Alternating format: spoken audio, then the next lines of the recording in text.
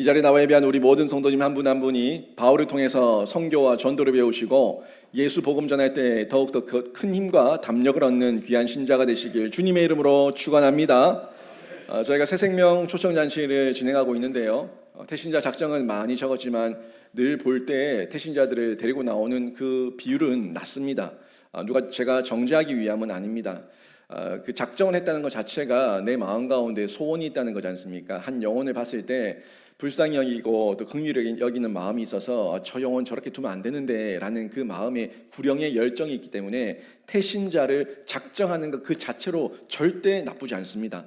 내가 지금 데리고 나왔던 못 나왔던 작정하지 않는 것이 문제지, 작정을 했다면 그것은 하나님 보시기에 귀한 일이고 여러분 마음 가운데 이미 하나님께서 영혼을 바라보는 눈을 주셨다는 겁니다. 그래서 그 영혼을 바라볼 때에 우리가 언제인지 모르죠. 그때와 시한과 기한은 모르지만 하나님께서 저 영혼을 내 눈에 보여주셨으니까 저 영혼도 택한 백성인 줄로 믿습니다 라는 이 믿음을 가지고 우리는 구하고 찾고 두드리는 거예요. 그렇게 계속 하던 중에 하나님의 때가 되고 하나님의 방법이 되면 주께로 돌아오게 되는데, 근데 그때까지 계속 구하고 찾고 두들기면서 우리가 수고를 해야 되는데 그런데 문제는 뭐냐면 태신자들에게 복음을 전파하다가 우리가 그들에게서 공격을 받는다는 거예요. 복음을 잘 받아들이지 않는 그 사람들에게 일단 우리가 어떻든 예수 사랑하는 마음으로 그들을 불쌍히 여겨서 복음을 전하는데 그 사람들이 거부하고 핑계대고 거짓말하고 또 짜증내고 화내고 심지어는 우리를 핍박하고 이런 어떤 일들이 벌어지게 될 때에 이때 우리가 자칫 잘못하면은 우리가 먼저 낙담에 빠지고 좌절하고 절망하고 네 지옥 가든지 말든지 네 마음대로 해라 하는 식의 이 부정적인 마음과 미워하는 마음, 증오하는 마음까지 생길 수가 있다는 거예요. 그래서 우리의 마음을 잘 지키는 가운데 우리가 선교도 하고 복음을 전하고 이 사역을 감당해야 된다는 건데요. 이럴 때 우리가 어떻게 해야 되겠습니까?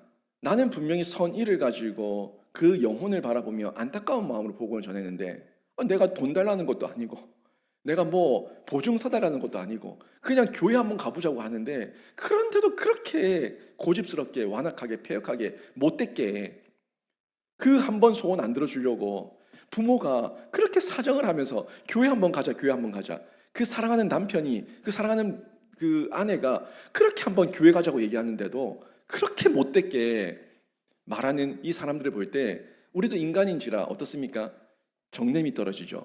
이럴 때가 있다는 거예요. 그런데 정말 정 떨어져서 핍박할 겁니까? 같이 싸울 겁니까? 같이 전쟁 선전포고할 거예요?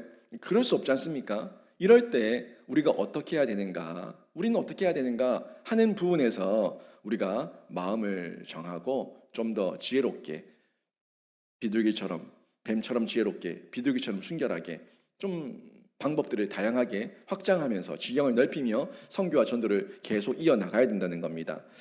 이 모습을 저는 오늘 이 18장 말씀을 묵상하고 또 말씀을 준비하는 가운데 이 바울의 선교 사역을 통해서 이 바울의 그 심령 안에 멈출 수 없는 하나님을 향한 뜨거운 열정과 복음 전파의 사명을 저는 확인할 수가 있었습니다. 정말 바울이 이 정도면은 나 같으면 안 하겠다.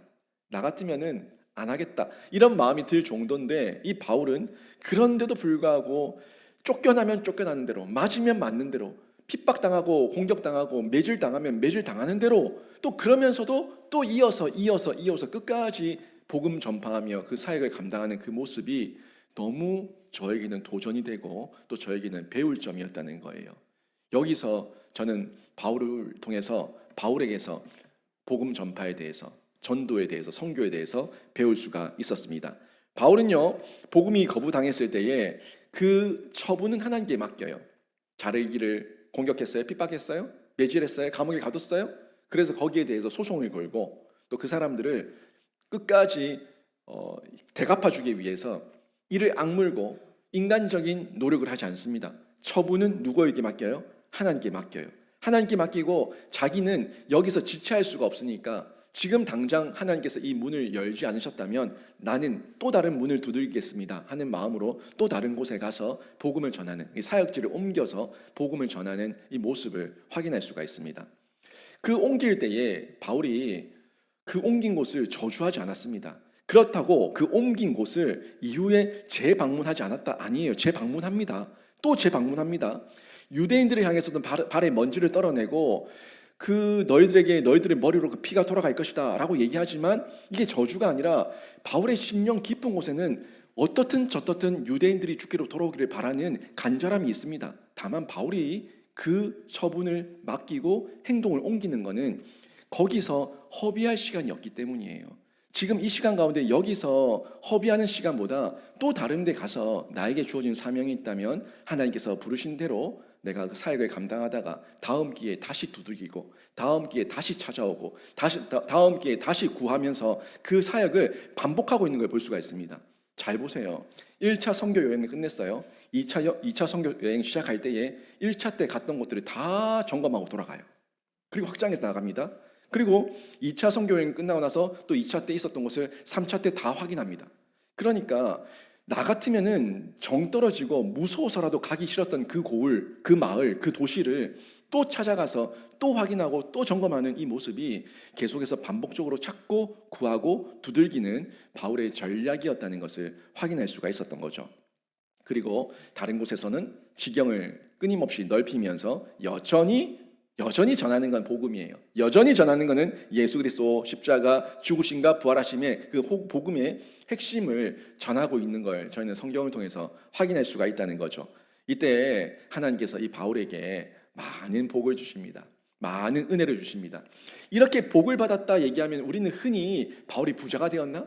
바울이 어떤 좋은 집, 좋은 명예, 인기, 엄청난 권력 뭐 이런 걸 받았나? 아니요. 그게 복이 아니라 바울에게 복이 뭐겠습니까? 바울에게 복은요, 복음 전할 수 있는 터전을 허락하신 게 복이고, 복음 전할 수 있는 교회를 만나게 하는 게 복이고, 바울에게는 동력자를 붙여주시는 게 복이에요. 그 복을 받아서 바울은 그 지경을 계속해서 넓혀나가며 하나님 앞에 은혜를 많이 입고 그 사역을, 자신의 그 사명을 끝까지 감당하며 완수해내는 것을 저희가 성경을 통해서 볼 수가 있다는 겁니다. 여러분의 삶에도 마찬가지예요.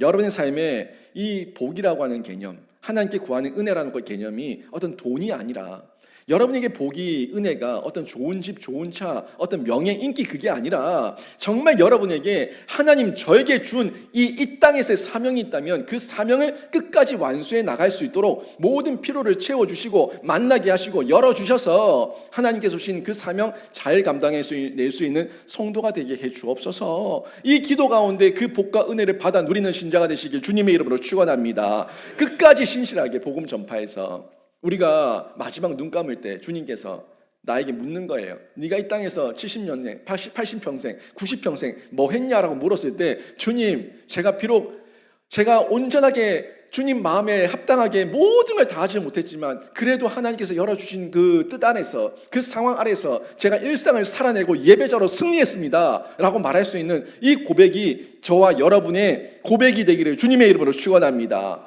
이 고백을 하기 위해서는 예수와 함께 있어야 되는 거 아닙니까? 예수와 함께 하지 못한다면 이 고백은 그 누구도 할 수 없습니다.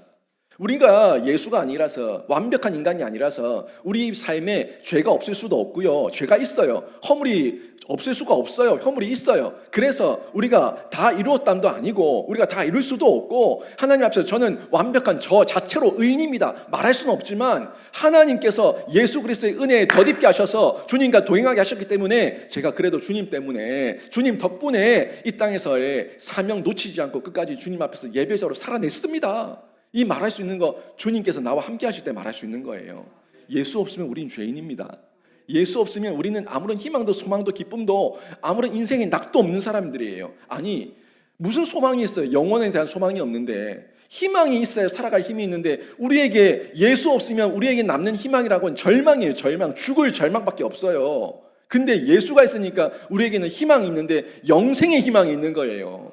그러니까 우리가 예수 안에 있을 때에 모든 역경도 환난도 고난도 이것 또한 지나가리라, 이 고백 가운데 힘내서 살아낼 수가 있는데요, 바울이 그 고난을, 그 핍박을, 그 매질을, 그 공격을 당해도 바울 안에 예수의 흔적이 있으니까, 예수의 십자가 흔적과 예수와 함께 하시는 임마누엘의 은혜와 복이 있으니까 그 모든 고난을 이겨내며 또 일어나서 분연히 또 다른 선교지로 계속해서 사역을 옮겨가며 그 사명을 감수해내고 있다는 것을 저희가 확인할 수가 있는데요. 11절과 1절에서 11절까지 오늘 봤던 내용이 그 내용이에요. 하나님께서 그렇게 고난과 핍박 가운데 있었던 바울을 정말 여러 가지 방법으로 격려하시고 도우시며 위로하시는 내용을 우리가 여기서 엿볼 수가 있습니다. 우리가 그냥 읽었지만 한번 잠시 좀 나눠서 한번 볼까요? 1절에서 3절에 보니까 여기서는 누구를 만납니까? 브리스길라와 아굴라. 이 브리스길라와 아굴라 부부를 만나서 그들과 함께 이 생업을 감당하며 또 사역을 감당하며 일도 하고 사역도 하고 그러는 중에 일상 가운데서 하나님께서 그를 위로하셨던 이 힘을 얻게 하셨던 동력자를 통한 힘을 얻게 하셨던 이 모습을 확인할 수가 있고요. 또 4절에서 8절까지 보니까 그렇게 수고하며 일하는 중에 고린도에서 또 쫓겨 저 밑에 이 그리스 지방 마게도냐를 내려와서 저 밑에 아가야 지방이 고린도 아닙니까? 요 밑에까지 지금 아테네에 있는 쪽 그쪽까지 내려왔어요. 그쪽까지 내려왔는데 여기서도 가는 곳곳마다 핍박은 있었지만 또 뭐가 있어요? 열매가 있어요. 핍박은 있지만 고난은 있지만 역경은 있지만 그래도 또 뭐가 있냐는 거예요. 주께로 돌아온 회심자들의 열매가 있더라. 이게 이 사역을 감당하고 있었던 바울에게는 또 한 번 일어설 수 있는 힘이 되고 동력이 되었다는 거죠. 거기서 격려를 받는 거예요. 큰 힘과 격려를 받아서 제가 저 제자들을 바라보며 저 성도들을 바라보며 또 힘내야지 하는 마음으로 또 다음 스텝을 밟으며 계속 사역을 확장해 나갈 수가 있었던 거죠. 또 9절에서 11절 보십시오. 그리고 고린도에서는 교회를 세웁니다. 이 고린도는요, 교회를 세운 이후에 하나님께서 엄청난 은혜와 복을 주셨어요. 이거를 고린도 전서를 통해서 저희가 보지 않습니까? 어마어마한 은사를 받았어요. 엄청난 은사를 받았어요. 이게 고린도 교회예요. 그런데 그들이 교만하고 자만했을 때 교회가 분쟁과 파벌이 생기긴 했지만 그 가운데 계속해서 또 권면하며 다듬으며 그 고린도 교회를 안정시켜 나가는 이 바울의 가르침들을 저희가 보게 되는데 여기서 교회를 세우면서 생명이 자라가고 은사를 부어주시는 하나님의 놀라운 은혜와 능력 가운데 기쁨을 얻게 되는 겁니다. 이때 이런 어떤 사역들의 모습들을 1절에서 11절까지의 내용을 통해서 사람을 통해서 회심자를 통해서 동력자를 통해서 교회를 통해서 이런 저런 모습으로 하나님께서 힘을 주시는데 중요한 건 뭡니까? 이렇게 동력자를 만나게 하시고 회심자를 주시고 교회를 세우실 때 바울이 다 한 거예요? 바울과 누가 함께 하셨어요? 바울과 함께 하셨던 예수 그리스도입니다. 예수 그리스도께서 동력자를 만나게 하시고 예수 그리스도께서 성령님 보내셔서 그 마음에 회심케 하여 주시고 예수 그리스도께서 머리가 되어 주셔서 교회를 세워 주셨기 때문에 이 모든 사역의 열매들을 거둘 수가 있었던 겁니다. 그리고 이 가운데서 예수께서 바울에게 격려하시고 힘주시고 은혜를 주셔서 결정적인 최고의 동력자, 최고의 멘토, 최고의 대목자장 예수 그리스도시구나. 주님과 동행하면은 이 모든 사역들이 지금은 나로서는 힘들고 나로서는 아무것도 안 보이고 나로서는 그냥 좌절밖에 없지만 주님 함께 하시니까 또 일어나서 또 새로운 사역을 감당할 수 있구나 하는 이걸 깨닫고 바울은 계속해서 선교의 지경을 넓혀 나가는데 1차, 2차, 3차 그리고 로마까지 죽기까지 이 사역을 계속 감당해 나가는 걸 확인할 수가 있습니다. 이때 바울이 많이 지쳤거든요. 지금 이게 바울이 2차 선교 여행 가운데서 드로아에서 환상을 보고 마게도냐로 넘어왔는데 마게도냐는 자기가 오고 싶어 왔던 곳도 아니에요. 자기는 다른 데 가려고 그랬어요. 하나님께서 성령께서 마게도냐를 부르셨어요. 마게도냐 들어왔더니 하나님 불러서 보냈으면은 좀 꽃길을 걷가시든지 꽃길이 아니라 완전 가시밭길이에요. 가는 곳곳마다 핍박이에요. 빌립보에서 어땠습니까? 데살로니가에서 어땠어요? 베레아에서 어땠어요? 아덴에서 어땠어요? 지금 고린도까지 지금 계속 핍박이에요. 얼마나 지치겠습니까? 얼마나 낙담이 되겠습니까? 좌절이 되겠습니까? 그때쯤 하나님께서 바울에게 짜잔 나타나셔서 바울을 위로하십니다. 그 말씀이 9절과 10절 말씀이에요. 한번 보십시오. 밤에 주께서 환상 가운데 바울에게 말씀하시되 두려워하지 말며 침묵하지 말고 말하라. 뭘 말하라고요? 복음을 말하라.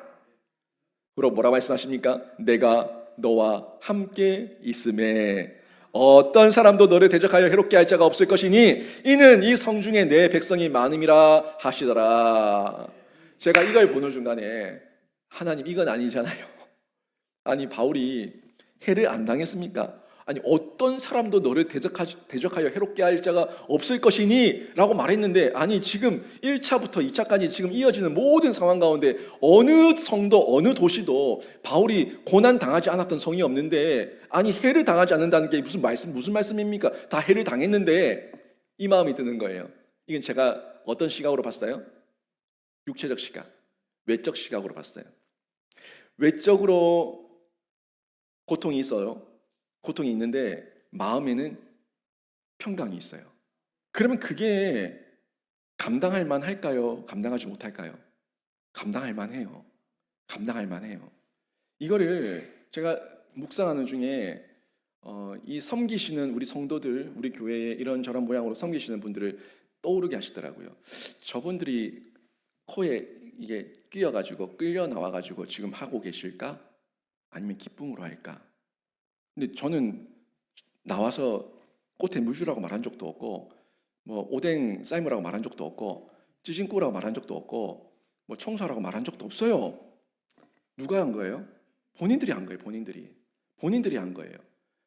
끌려 나왔을까? 기쁨으로 나왔을까? 답은 나오지 않습니까? 기쁨으로 나온 거예요. 기쁨으로 나온 거예요. 근데 이 모습을 외적으로 보면, 세상 사람들의 시각으로 보면은 저 사람들 미쳤네. 저 아까운 시간에 저 가서 왜 땀 흘리면서 저 수고하고 있노?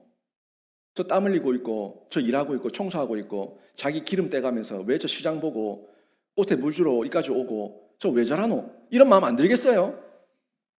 근데 이거를 누가 이해하겠습니까? 누가 이해합니까? 내 마음에 기쁨이 있고 평안이 있고 행복이 있고 즐거움이 있으면은 나는 감사함으로 하는데, 세상 사람들이 보기에는 그거를 뭐로 본다고? 해로 보는 거예요. 해를 당했다고 보는 거예요. 교회 나가지 마라. 절대 나가지 마라. 네가 활해당한다. 이거예요. 활해당한다. 재정적으로 활해당하고, 시간적으로 활해당하고, 인생에 네 꼬인다. 절대 나가지 마라. 나가는 사람들은 적당히 믿어라. 더 이상 선을 넘으면 안 된다. 뭐 이런 얘기들 하지 않습니까? 그 사람들이 말하는 그 사람들의 개념과 우리들의 개념은 완전 다르죠. 제가 이걸 보는 중에 바울이, 제가 이 말씀을 읽을 때 그냥 문자적으로 봤을 때는 바울은 많은 고난을 당한 건 사실입니다만, 바울 마음 가운데는요, 고난 당할 때 인간인지라 순간적으로 흔들릴 수 있겠죠. 그래서 날마다 나를 쳐서 복종했겠죠. 근데 그 복종하는 힘이 크니까, 하나님의 은혜가 크니까, 능력이 크니까 또 분연이 일어나서 그 다음 지역으로 가서 사역을 감당할 때에 바울은 끌려가지 않았다는 거예요. 자기가 자원해서 갔고, 자발적으로 갔고, 기쁨으로 갔고, 정말 그 마음에 일어나는 구령의 열정을 가지고 갔다는 겁니다. 이걸 통해 가지고 그 안에, 바울의 심령 안에 누가 있었다고요? 예수 그리스도가 있었다는 것을 확인할 수가 있었습니다. 그러니까 사람들이 세상이 감당치 못하는 거예요. 그들이 대적하지만, 바울에게는 그들은 대적이지만, 분명히 외적으로 대적이지만 대적의 깜냥이 아니에요. 그들은 싸울 대상이 아니에요. 불쌍히 여길 영혼들이에요. 싸울 대상으로 여기야지. 팔 걷어붙이고 그냥 해보자고 얘기하고 싸우지, 싸울 대상이 아닌 사람에게 우통 벗겠습니까? 아이들이 엄마 아빠한테 대드는데 우통 벗겠습니까? 저 지나가는 꼬맹이가 까부는데 우통 벗습니까? 그렇지 않아요. 왜? 싸울 대상이 아니니까, 대적이 아니니까, 나의 적이 아니니까. 그러니까 그 마음에 뭐가 있습니까? 기쁨이 있고 즐거움이 있어서 자신에게 주어진 사명 따라 그 사역을 감당하는 거예요. 그리고 바울에게 보여주셨던 것은 영혼이에요. 영혼. 그래서 마지막에도 고린도에서 지쳐있는 바울에게, 그래 바울아, 너 많이 힘들었지, 많이 아팠지, 많이 어려웠지, 네가 그래도 지금까지 이 사역을 감당했던 게 한 영혼 보고, 하나님 나라의 백성 보고 지금까지 이 일을 감당하지 않았니? 이 고린도도 한번 봐라. 다시 한번 눈을 들어 봐라. 이 성에 내 백성이 많다. 이 성에 내 백성이 많다고 얘기하면서 바울에게 다시 한번 영혼을 보게 하시는 하나님의 음성을 확인할 수가 있습니다. 이 일을 경험하고 이 환상을 보고 바울이 고린도에서 18개월 동안 머물면서 사역을 감당하는데, 바울이 잘나서 한 거 아닙니다. 바울이 대단해서 한 거 아닙니다. 주께서 함께 하셨고, 주께서 보게 하셨고, 주께서 듣게 하셨고, 주께서 그 마음에 감동을 주시니까 모든 선교사에게 과업을 완성할 수가 있었던 겁니다. 우리도 마찬가지예요. 이 새생명 초청잔치 복음 전하는데 한 번 두들겨보고, 세 번, 네 번, 얼마나 거절하다 보면 얼마나 마음이 낙담이 됩니까? 좌절이 됩니까? 그런데 이것 또한 우리가 낙담하고 좌절할 것으로 끝낼 것이 아니라 또 분연이 일어나서 또 두드릴 이유는 하나님께서 그 백성을 보게 하셨으니까, 그 백성을 나의 앞에 보게 하셨으니까 여러분 또 찾아가서 복음을 전할 수가 있는데, 그 사역을 감당하기 전에 여러분이 점검하셔야 될 것, 내가 임마누엘 하고 있는가, 내 안에 예수 생명이 있고 예수와 동행하고 있는가, 이걸 점검하셔서 여러분이 모든 사역을 감당하실 때, 가정에서든 직장에서든 학교에서든 교회에서든 모든 이 사역을 통해서 하나님께만 영광 돌려드리고, 모든 사역을 마치신 이후에 주님의 은혜였습니다, 이 고백할 수 있는 귀한 신자가 되시길 주님의 이름으로 축원합니다. 그럴 때에 분명히 위기도 있습니다. 하지만 그 위기를 우리 하나님께서 함께 하시면은 기회로 바꿔 주시는 거예요. 지금 말씀드린 것처럼 바울이 갔던 모든 성, 도시, 어떤 선교지마다 위기가 없었던 곳은 없었습니다. 모든 곳에 위기가 있었어요. 하지만 그 위기를 기회로 바꿔 주셨습니다. 위기를 기회로 바꿔 주셨어요. 선교와 전도와 같은 이 생명사역을 진행할 때 어려움과 난관 분명히 있습니다. 하지만 하나님께서 함께 하시면은 이겨낼 수 있습니다. 우리는 흔히 꽃길만 걷기를 원합니다. 저도 마찬가지였어요. 저도 제 목회 사역 가운데 꽃길만 걸었으면 좋겠다는 그 마음이 있어요. 저희 부모님도 그런 기도를 했어요. 하지만 이제는 그런 기도를 하지 않아요. 꽃길이 아니라도, 광야라도, 악을 골짜기라도 제가 이겨내고 감당할 수 있을 만한 능력을 주시면 제가 기꺼이 가겠습니다 라는 이 고백을 하게 되는 거예요. 아무리 꽃길이라도 사명 없으면 방황하는 방랑자가 되는 거고, 아무리 악을 골짜기라도 사명이 있으면 그 악을 골짜기 통과해내는 거예요. 꽃길이, 악을 골짜기, 그 상황이 중요한 게 아니라 지금 내가 누구와 함께 하고 있냐, 이게 중요한 거예요. 꽃길, 분명히 세상 사람들 보기에 꽃길인데 주님 없으면 허랑방탕해서 음란하고 배역하며 완악하며 죄 짓는 길 걸어갈 것이고, 거기서 유리하며 방황하다 죽을 것이고, 목적지에 이르지 못할 것이고, 악을 골짜기 지나가고 있더라도 우리 주님 함께 하시면 나에게 나침반이 있고 나에게 지도가 있으니까 내가 어디로 가야 될지 아니까 그곳 통과하고 우리는 좁은 길 통과해서 주님 나라에 이르게 될 줄로 믿습니다. 이 길 좁은 길이에요. 악을 골짜기예요. 어떨 때는 외로움도 있고 고독함도 있어요. 하지만 하나님께서 함께 하시면은 능히 감당해낼 수가 있습니다. 12절부터 17절 보십시오. 여기 보니까 이 고린도에서 또 이 1년 8개월 동안, 1년 6개월 동안, 18개월 동안 사역을 감당하는데 고난을 많이 당했어요. 고린도에서 또 고난이에요. 환상 보고 난 이후에도 또 고난이에요. 여기 보니까 유대인들이 열심히 사역을 감당하는 이 바울을 시기에서 또 고소합니다. 고소를 해서 아가야 총독이었던 갈리오 앞에 서게 됩니다. 하지만 이 하나님의 선한 손길이 갈리오에게 임해서 갈리오의 생각을 주관하시는 거예요. 갈리오의 눈을 가리시는 거예요. 갈리오의 귀를 막으시는 거예요. 갈리오가 총독입니다. 그때 총독은 거의 왕권을 가지고 있어요. 왕의 대리인이었어요. 그 지역에서는 그 분봉왕 같은 어떤 그런 정도의 힘과 권세를 가지고 있어요. 뭐 사람 하나 죽이는 일도 아니에요. 그런데 이 유대인들은 이 갈리오에게 이 사람이 로마를 혼동케 하고 나라와 민족과 이 성도들 간에, 이 사람들 간에 분쟁을 일으킨다라고 고소를 했는데, 이 갈리오가 보기에는 그게 그렇게 심각한 문제가 아닌 거예요. 유대인들이 뭐 뇌물 공세를 한다든지 아부를 한다든지 이런저런 방법을 통해서 이 갈리오의 눈을 가리고 여러 방법으로 나쁜 짓을 할 수 있는데, 갈리오가 그런 모든 면에서 하나님께서 다 가려버렸다는 거예요. 이 블라인드 처리해버렸어요. 그리고 갈리오의 그 마음에 하나의 생각을 밀어넣으시는데, 그 생각이 뭐냐면 이거는 내가 개입할 문제가 아니지. 내가 이런 것까지 해결해야 돼? 아니 유대인들 웃기네. 내가 그렇게 우스워 보여? 내가 너네들 그 종교 문제까지 해결해야 될 사람으로 보여? 우리 여기 지금 이 로마 제국에 얼마나 많은 다민족이 살고 있는데, 그 소수민족 유대인들, 너희들이 뭐라고 왜 나를 귀찮게 해? 이건 너희들 안에서, 너희 유대교 안에서 파벌이 생긴 분파의 싸움 문제잖아. 너희들이 해결해. 이렇게 보는 거예요. 당시에 실제 그랬거든요. 개신교, 기독교, 교회, 예수 그리스도교, 여기에 대한 개념이 없었어요. 그들이 보기에는 다 유대교예요. 왜? 구약과 신약이 나오기 전이니까. 구약의 한 말씀을, 경전을 믿는 유대인들, 야훼, 여호와 하나님을 믿는 유대인들, 이게 그들의 그냥 하나의 통이었어요. 통. 유대인, 유대교, 이게 끝이었다고요. 분명히 다르죠. 유대교와 다릅니다. 그들은 메시아를 인정하지 않지만 우리 그리스도교는 예수 그리스도를 인정합니다. 예수 그리스도를 그리스도 메시아로 인정합니다. 분명히 다른데 이 부분에서 세상 사람들이 보기에는 그냥 하나로 본다고요. 마치 어떤 거냐면 저 이단과 우리가 같아요. 달라요.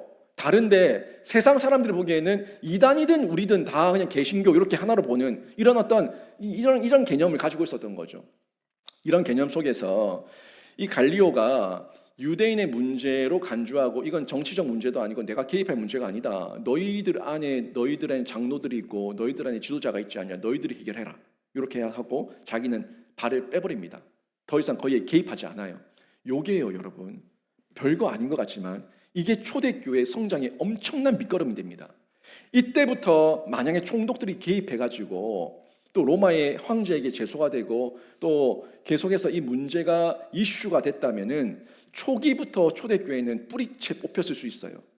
초대교회가 영적으로 외적으로 어떤 모든 역량 가운데서 이 성장하고 성숙해서 뿌리가 견고해지기 전까지 아직 뿌리가 얕잖아요. 근데 뿌리가 견고해지기 전에 뿌리채 뽑아버리면 쉽게 뽑힐 수가 있었다고요. 근데 뿌리를 깊이 내렸어요. 뿌리를 깊이 내려서 이제는 한 나라가 한 제국이 통제할 수 없을 만큼까지 그렇게 점조직으로 아주 깊이 가정교회로 아주 깊이 이렇게 확산되는 부흥의 역사가 있을 때까지 로마 제국의 방해가 당장 일어나지 않았다는 겁니다. 이게 선례가 된 겁니다. 대로마 제국이 모든 소수민족의 어떤 종교 문제까지 개입하는 것은 옳지 않다. 이런 거는 우리가 그들 자치 기구에 맡기자 하는 선례가 된 거예요. 그래서 로마의 대박해 전까지 이제 황제가 직접 나서서 대박해를 하기 전까지 초대교회는 그 시간 동안 급속하게 성장했고 부흥했고 외적인 환경을 갖추게 된 겁니다. 이를 통해서 교회는 부흥하고 이후에 교회가 계속해서 살아서 약동하는 가운데 로마가 교회를 그리스도교를 국교로 받아들이는 이런 놀라운 반전까지 일어나게 된 거 아닙니까? 이것이 하나님께서 교회와 교회를 성장시키시고 부흥하게 하셨던 이런 섭리였다는 것을 확인하게 되는데 위기를 기회로 만드신 거예요. 마치 그 야곱의 그 70명 정도의 가족을 애굽으로 보내셔서 애굽에서 요람을 만드셔서 그 요람 안에서 수백만이 되기까지 보호하셨다가 출애굽시켰던 것처럼 이 작은 초대교회 작은 성도들을 하나님께서 요람 속에서 보호하셔가지고 이 성도들이 크게 부흥하고 난 이후에 박해를 당해도 견딜 수 있을 만큼의 그 시간적 여유와 성장의 기회, 성장의 은혜를 허락해 주셨다는 거죠. 이게 하나님의 섭리입니다. 그리고 18절에서 23절까지 보시게 되면은 바울이 에베소를 방문하게 되는데 에베소 성도들은 바울에게 여기에 좀 더 오래 머물러 주세요. 바울 선생님, 저희 고린도에서도 1년 6개월, 18개월 있었지 않습니까? 우리도 좀 한 1년이라도 좀 더 오랫동안 계시면서 좀 가르쳐 주세요. 말씀 좀 전해 주세요. 라고 간청을 합니다. 이게 18절에서 23절에 나오는 내용이에요. 그런데 바울이 그 내용을 거절하고 그거는 하나님의 뜻에 맡기고 자기는 자기가 가야 될 곳을 가야 된다고 하고 가이사라로 옮기게 됩니다. 떠나갑니다. 일이 어떤 한 내적인 외적인 외면만 보면은 이 에베소 사람들에게 굉장히 서운해요. 아니 인정으로 봤을 때 저기서 1년 6개월 해줬으면 그래도 우리 한 1년이라도 해줘야 되는 거 아니야? 저 사람들은 사랑해주고 우리는 사랑 안 해주고 저기는 오래 있고 여기는 짧게 있고 너무한 거 아니야? 이런 마음으로 마음이 서운할 수 있습니다. 하지만 여기에도 뭐가 있었어요? 하나님의 섭리가 있었고 하나님의 계획이 있었다는 거예요. 곧 이제 19장을 보게 될 건데 사도행전 19장으로 넘어가면은 여기서 바울이 3차 선교 전도 여행을 시작합니다. 3차 선교 전도 여행 때 바울이 오랜 시간을 할애하는데 어디서요? 에베소에서 뭘 세워요? 두란노 서원을 세우고 학교를 세우고 여기서 얼마 동안 2년 이상 사역을 감당하면서 1년 6개월 그 18개월 그 이상으로 에베소 사람들에게 하나님의 말씀을 깊이 가르치는 은혜를 베풀게 되는데 이런 모든 것들이 결국 하나님께서 택하신 때가 있고 기한이 있다는 것을 확인하게 되는 거죠. 순간순간에 나에게도 위기가 올 수 있어요. 누구와 비교하면서 저기는 저렇게 해주고 여기는 이렇게 해주고 나한테는 왜 이렇게 해줘 하는 이거 위기입니다. 외적인 공격도 위기입니다. 여러 가지 상황과 난관도 위기입니다. 하지만 그 위기로 받아들이고 결론 짓고 끝내지 마시고 그 위기를 넘어서게 하시고 그 위기 다음에 그 다음 계획과 플랜을 준비하신 분은 우리 하나님이심을 믿으시며 여러분 낙담과 좌절과 절망에 멈추지 마시고 또 한 번 분연히 일어나서 하나님의 때, 하나님의 기한, 하나님의 그 놀라운 계획을 기다리는 성도가 되시길 주님의 이름으로 축원합니다. 범사의 기한이 있어요. 만사의 때가 있어요. 우리 신자도 바라볼 때 그 기한과 때를 바라봐야 되는데 내 때, 내 기한으로 보지 마시고 하나님의 때, 하나님의 기한으로 바라보셔서 분별하는 은혜가 있기를 주님의 이름으로 축원합니다. 제가 이제 몇 주 안 남았잖아요. 이 몇 주 안 남은 시간 동안에 제 마음에 여러 가지 생각들이 많아요. 뭐 이런저런 생각들이 지나가면서 한편으로는 인간적으로 서운했다가 또 한편으로는 너무 은혜에 감동해가지고 눈물이 막 벌컥벌컥 났다가 혼자서 지금 무슨 갱년기도 아니고 왜 이런지 모르겠어요. 혼자서 막 굴곡이 막 이러는데 제가 아무리 생각해도 제가 영신교회 왜 왔는지 저는 저로서는 도대체 이해가 안 돼요. 저는 정말 이해가 안 돼요.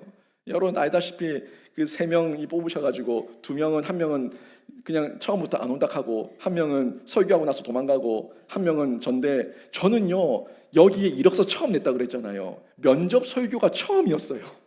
처음이고 저는 영신교회가 어떤 교회인지 그 누구에게도 한 번도 물어본 적이 없어요. 처음 왔을 때도 우리 교회 성도, 우리 교회의 상황을 보고는 깜짝 놀랐는데 이 왜 이래요? 교회가 왜 이래? 이랬는데 저를 감동시키신 건 뭐라고? 하나님의 은혜인데 여 앞에서 연출이든 뭐든 아무튼 앉아가지고 웃고 계셨던 빵긋빵긋 웃고 계셨던 그 성도들의 그 미소 여러분 이게 콩깍지를 시게 하셔가지고 하나님께서 여기 오게 하셨는데 그 5년 동안 저에게는 나날이 위기였습니다. 저한테는 정말 나날이 다 위기였어요.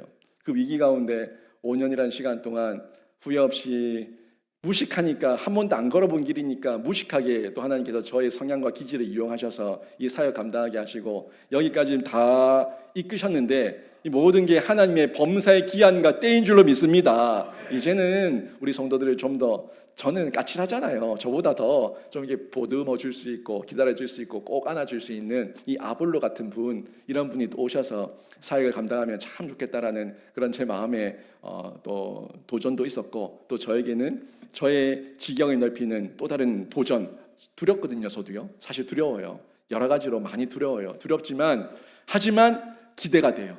하나님께서 또 무식하게 저 선교지로 보내셔서 어떤 선교사님들을 만나게 하실까? 어떤 영혼들을 만나게 하실까? 또 하나님께서 앞으로 나를 어떤 선교적 교회에 또 목회자로 부르실까 하는 기대가 있는 거예요. 여러분 모든 게 하나님의 기한과 때가 있다는 것을 믿으시고 여러분 상황 가운데 좌절하고 퍼질러 앉아 계시지 마시고 또 한번 분연히 일어나서 힘껏 쓰임받는 귀한 신자가 되시길 주님의 이름으로 축원합니다.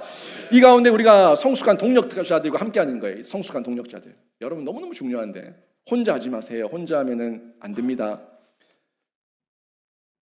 세 겹줄은 쉽게 끊어지지 않아요. 함께 하세요. 함께 동력하는 거예요. 제가 지금은 이런 고백을 하지 않아요. 근데 제가 참 무지하고 인간적인 마음이 앞설 때 우리 교회에 동력자가 없어요. 저는 저 산 정상에 혼자 깃발 들고 서 있는 외로운 존재예요. 이렇게 말했던 적이 있는데 돌아보면 그 순간순간에 저 혼자 아니었어요. 하나님께서 늘 돕는 자들을 붙이시고 동력자들이 함께 있었고 저를 위해 기도해 주시는 분들이 있었어요.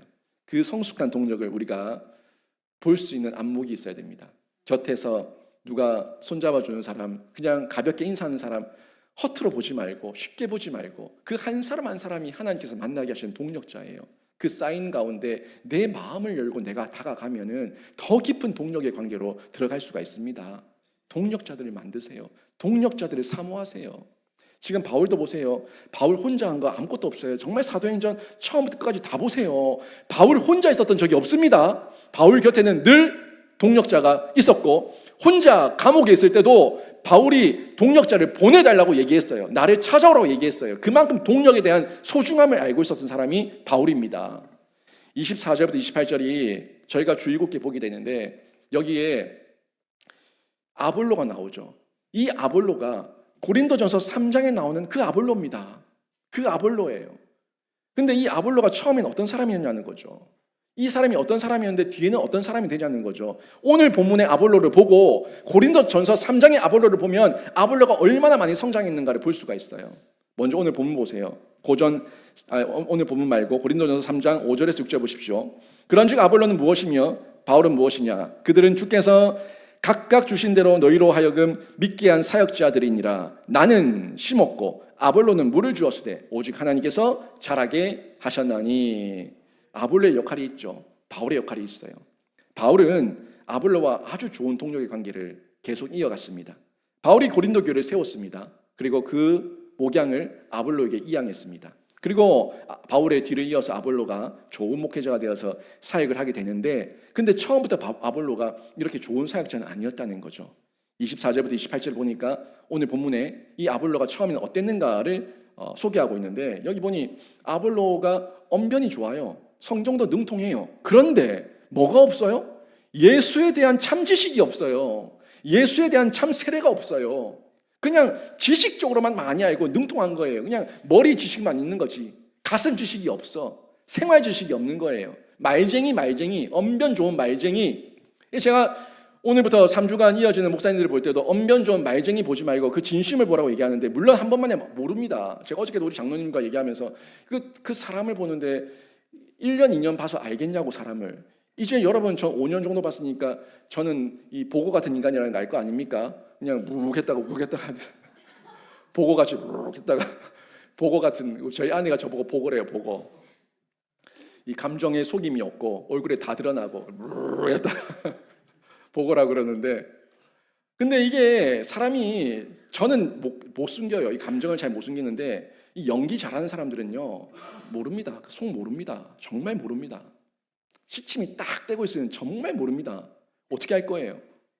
그래서 제가 목자의 음성을 듣는 시간으로 여러분 기도하며 들으라고 제가 얘기한 거 아닙니까? 하나님께서 분별력 주셔야지. 여기 보니까 이 아볼로가 이렇게 성경에 대한 지식은 있지만 하나님에 대한 체험이 없다 보니까 예수 그리스도를 인격적으로 못 만났어요. 그런데 브리스길라와 아굴라를 만나보니까 뭔가 다른 거죠. 이게 결이 달라요. 같이 예수 믿는다고 얘기하지만 말해보면요 영성이 다릅니다. 그 영성이 달라요. 제가 그래서 우리 청맹위원들에도 영성을 체크하라, 영성을 확인하라 얘기하는데, 이 영성이 말해보면 달라요. 그 가운데서 지금 아볼로가 그래도 된 사람이었던 게, 자기가 모르는 예수 그리스도에 대해서, 예수의 세례에 대해서 듣게 되니까 기꺼이 평신도였던 브리스길라와 아굴라에게 다시 배웁니다. 자기는 목회자고 언변 좋은 목회자인데 어떻게 보면 성경적으로는 지가 더 아는데 브리스길라 아굴라 평신도 부부에게 자기가 다시 배운다는 거예요. 여러분 대단하지 않습니까? 여기서 된 거예요. 배우려는 자세. 언제든지 어디서든지 내가 부족하면 인정하고 배우려는 자세. 이 자세가 있을 때에 성장과 성숙이 있는 거죠. 누구든지요, 성경과 성령의 깨달음과 은혜가 있으면 서로 나누고 배우는 성숙한 동역을 할 수가 있습니다. 우리 금요일에 강한별 자매 왔다 갔지만 아직 30대 초반에, 만으로 하면 31살이에요. 만으로 하면 31살에 젊은 청년 아닙니까? 근데 이 청년 자매와 제가 짧은 시간 나누는데도 제가 저에게 도전이 되는 거예요. 참 도전이 되고 귀하다라는 마음이 드는 거예요. 그래서 저한테 제가 마지막에 그랬어요. 그 자매한테. 정말 귀하다고. 9년 동안 그렇게 할 수 있다는 거 아무나 할 수 있는 거 아니라고. 목사라고 하겠냐고. 권사라고 하겠냐고. 장로라고 하겠냐고. 선교사라고 하겠냐고. 그 정말 하나님께서 주신 특별한 은혜고 기쁨인데 자기 안에 그 기쁨이 있는 거예요. 그러니까 하는 거예요. 여러분 이런 모습 가운데서 저도 배울 점이 있는 거죠. 우리 권사님들, 우리 장로님들한테 제가 배울 점이 많아요. 누구든지 은혜 입은 자에게는, 깨달음을 얻은 자에게는 배울 부분이 있습니다. 혼자 교만하고 저 사람한테 뭘 배워, 초신자한테 뭘 배워, 뭐 집사한테 뭘 배워, 그러지 마시고 아볼로 목사가 그 평신도에게 배웠던 것처럼 우리가 하나님 앞에서 이 은혜를 배우며 또 성경을 배울 수 있다는 것 우리가 확인하게 되는데요. 그렇게 배웠을 때에 이 아가야 지방, 이 아가야가 고린도입니다. 아가야로 파송받아서 그 아가야 고린도로 가서 교회 바울 다음 목회자가 되어 이 사역을 감당하며 많은 성도들에게 은혜를 끼칠 수가 있었던 겁니다. 여러분 오늘 본문을 통해서 우리는 바울에게서 선교와 전도를 배우게 됩니다. 선교와 전도는 혼자 하는 것이 아닙니다. 우선은 예수 그리스도 안에서 온전한 연합을 이룰 때에 그때 선교 사역의 과업을 감당하며 끝까지 완수할 수가 있다는 거 기억하시고요. 또 위기가 있습니다. 꽃길이 아니에요. 위기가 와도 악을 선으로 바꾸시는 하나님을 신뢰하면서 하나님 앞에 한 걸음 더 나아가면 하나님께서 하나님의 시한과 때에 하나님께서 또 이기게 하실 줄로 믿습니다. 또한 하나님께서 혼자 내버려두지 않으시고 만남의 복을 주셔서 교회 일원된 자들과 함께 합력하게 하시는데 합력해서 선을 이루는 아름답고 성숙한 동력을 하나님께서 선교와 전도 가운데 감당케 하실 줄로 믿습니다. 혼자 있으면 넘어지고요, 무너지고요, 실족합니다. 세 겹줄은 쉽게 끊어지지 않은 같이 삼위 하나님의 도우심, 우리 삼위 하나님의 도우심과 함께 계시고 교회와 성도의 교제 가운데 여러분 함께 계셔서 끝까지 주님 오실 길 예비하며 생명사역 감당하는 귀한 성도가 되시길 주님의 이름으로 축원합니다. 오늘 말씀 정리합니다. 예수와 함께 선교사역 하십시오. 혼자 하는 거 아닙니다. 교회와 함께하고 삼위 하나님과 함께하고 성도와 함께합니다. 그리고 위기를 대할 때에 그 위기가 결론이 아니니까 분별력 가지시고 다시 한번 재해석하시고 또 어려우면 어려울수록 서로 도구하며 중보하며 함께 손잡아줘서 성숙한 동력으로 여러분의 선교와 전도를 이어나가시길 바랍니다. 혼자 선교하면 무너집니다. 하지만 삼위 하나님과 교회와 함께하면 승리합니다. 우리 영신교회가 그렇게 계속 승리해서 주님께만 영광 돌려드리는 복된 교회가 되기를 주님의 이름으로 축원합니다.